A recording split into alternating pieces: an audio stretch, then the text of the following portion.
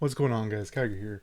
So we're going to check out the patch notes for this week for global, and we're actually going to check out the SEA patch notes because I think those are going to be very important for us coming soon.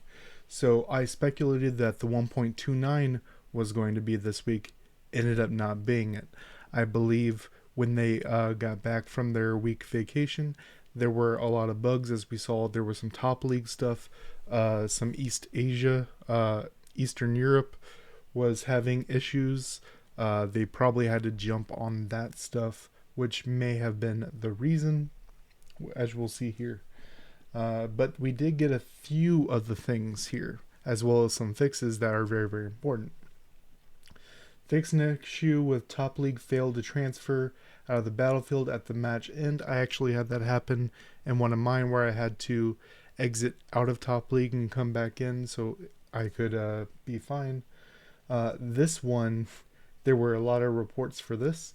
Fix the issue with level 4 Earth Echo takes effect on teammates. What this is when you deal damage, you were actually able to deal damage to allies around you.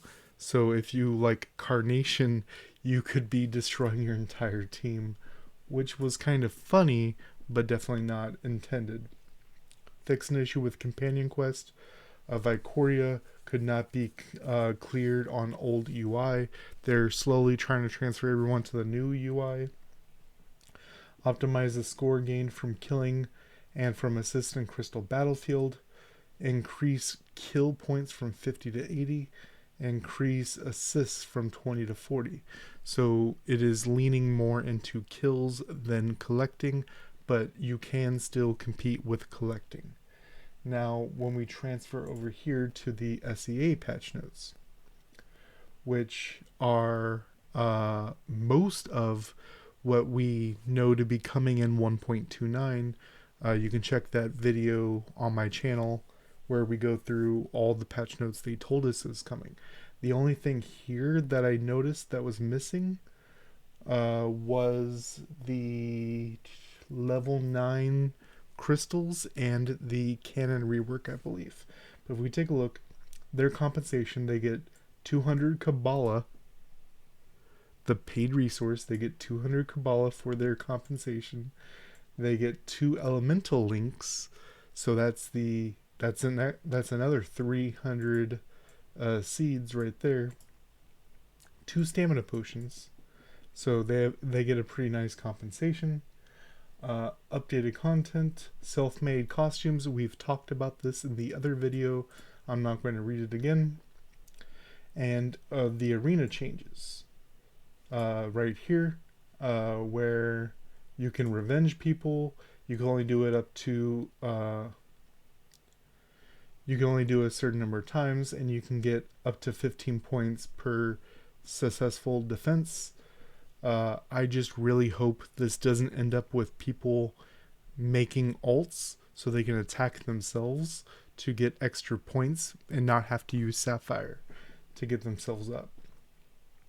Then all the other changes that we saw in the thing before, now you can see the guild bidding names, optimize guild war preliminaries and reduce the situation where 2-head guilds would always encounter.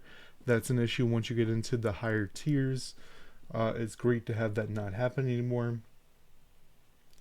Fixed an issue where the messages would jitter up and down when scrolling up when there's a lot of chat messages.